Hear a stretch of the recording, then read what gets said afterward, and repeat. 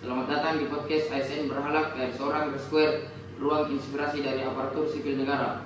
Perkenalkan, saya Aimo Sandewa, peserta Latsar CPNS tahun 2025.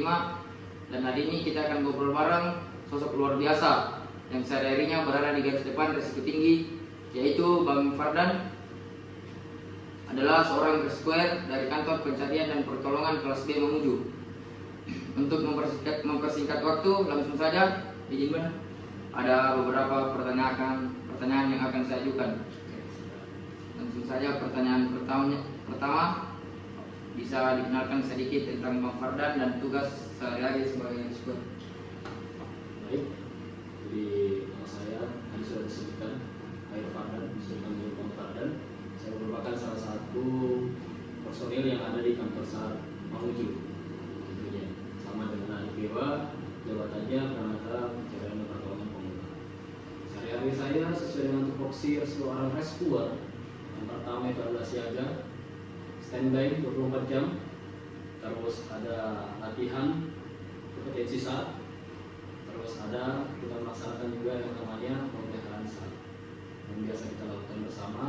Semua alut yang kita miliki di kantornya kita itu kita pelihara, kita cek kondisinya agar ketika ada operasi SAR kita dapat menggunakan alat-alat tersebut dengan kondisi yang baik, tidak ada kendala. Baik, Bang Fardan. Pertanyaan kedua, apa makna nilai berorientasi pelayanan bagi Bapak di lapangan? Berorientasi Pelayanan bagi Bapak.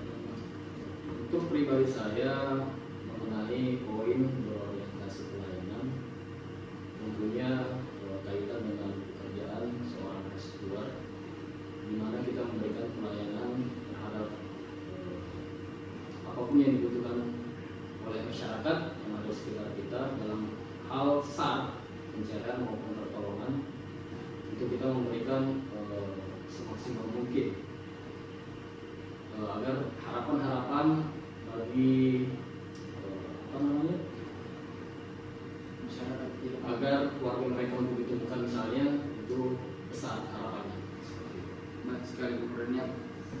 Yang ketiga, pertanyaan saya, bagaimana menjaga akuntabilitas dan kompetensi dalam pekerjaan yang penuh risiko tinggi? Oke, selama ini kita sebagai rescuer tentunya saya sudah sekitar 2-3-4 tahun kita selalu melaksanakan yang namanya keterangan bangsa. Kita juga ataupun saya pribadi sudah mendapatkan yang namanya diklat lanjutan. Salah satu contohnya ada water rescue, medical first responder, dan lain-lainnya. Itu untuk menunjang kompetensi seorang rescuer. Ketika ada laporan masuk, tentu kita sudah memiliki kesiapan yang matang, profesional untuk melaksanakan yang namanya operasi SAR, untuk membantu secara maksimal masyarakat.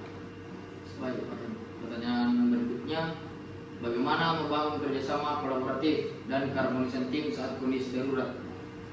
Oke, yang namanya pekerjaan tentu terkadang ada gesekan-gesekan, tapi itu tergantung bagaimana kita bisa mengendalikan secara emosional, secara dewasa.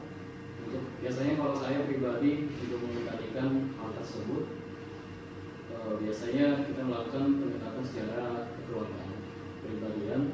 Bagaimana caranya kita memberikan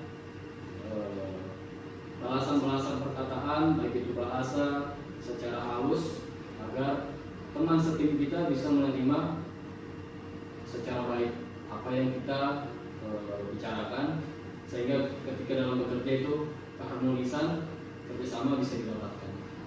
Jadi tidak ada gesekan-gesekan yang dapat menjadi hambatan ketika kita melaksanakan operasi SAR.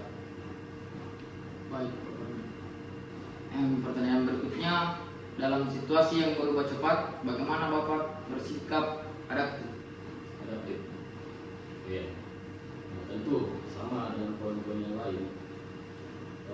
Untuk poin adaptif ya. Ya, adaptif. Adaptif berarti beradaptasi secara cepat.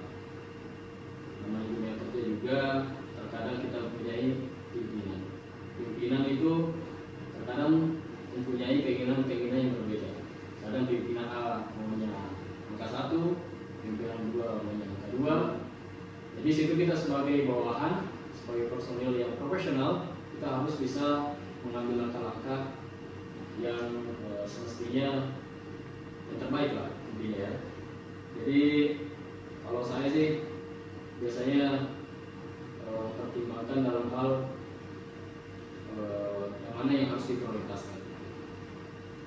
Ketika pimpinan ternyata tiba-tiba menyuruh A, padahal pertamanya disuruh B, ya kita sebagai profesional, seorang rescuer, mau tidak mau harus bisa poin B.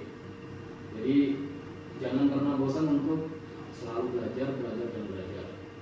Jadi apapun yang ada di depan, di masa depan, kita selalu siap akan perubahan hal itu.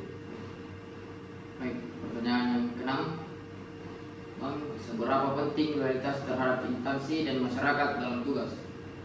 Pribadi saya, Ya, pribadi. ya kalau hal itu ditanyakan ke saya, tentu kalau saya bisa kasih 200% untuk loyalitas. Apalagi rescuer ini sudah menjadi salah satu cita-cita saya. Intinya cita-cita saya waktu kecil itu berguna untuk masyarakat. Sekarang saya sudah masuk sebagai pelayanan masyarakat di bidang kemanusiaan. Tentu saya akan loyal. Jika itu bisa 1000%, saya akan memberikan 1000%. Baik sekali. Pertanyaan terakhir, Bang, apa pesan Bang untuk ASN lain agar tetap semangat menerapkan nilai-nilai berakhlak di wilayah kerja? Untuk rescuer yang ada di seluruh Nusantara, terkhususnya yang ada di Mamuju, adik-adik saya yang ada di Mamuju, saya cuma berpesan, tidak banyak. Silakan belajar, terus belajar. Silakan terapkan apa yang menjadi poin-poin berakhlak. Ketika poin-poin berakhlak bisa kita terapkan sebagai ASN, sebagai rescuer, khususnya di Basarnas, saya yakin kita dapat bekerja sama, kita dapat bekerja dengan baik, profesional, dan kita bisa saling menghargai antara baik itu senior, baik sesama junior, sesama senior maupun sama-sama pegawai, terkhususnya yang ada di Mamuju. Dan intinya kalau saya saling menghargai. Jangan pernah cepat puas. Apalagi seorang rescuer, masih banyak ilmu-ilmu yang bisa kita pelajari. Baik itu ada namanya legal lanjutan water rescue, medical forensic responder, terus ada jungle, ada HART, ada CSR, TSR, dan masih banyak lagi. Jangan cepat puas diri, terus belajar karena kita tidak tahu di masa depan rintangan apa yang akan kita hadapi. Seperti itu. Luar biasa ya, Sobat ASN, dari cerita yang kita dengar hari ini kita belajar bahwa menjadi ASN bukan sekedar profesi, tapi panggilan hati terutama bagi para rescuer. Nilai-nilai berakhlak benar-benar diterapkan secara nyata di lapangan.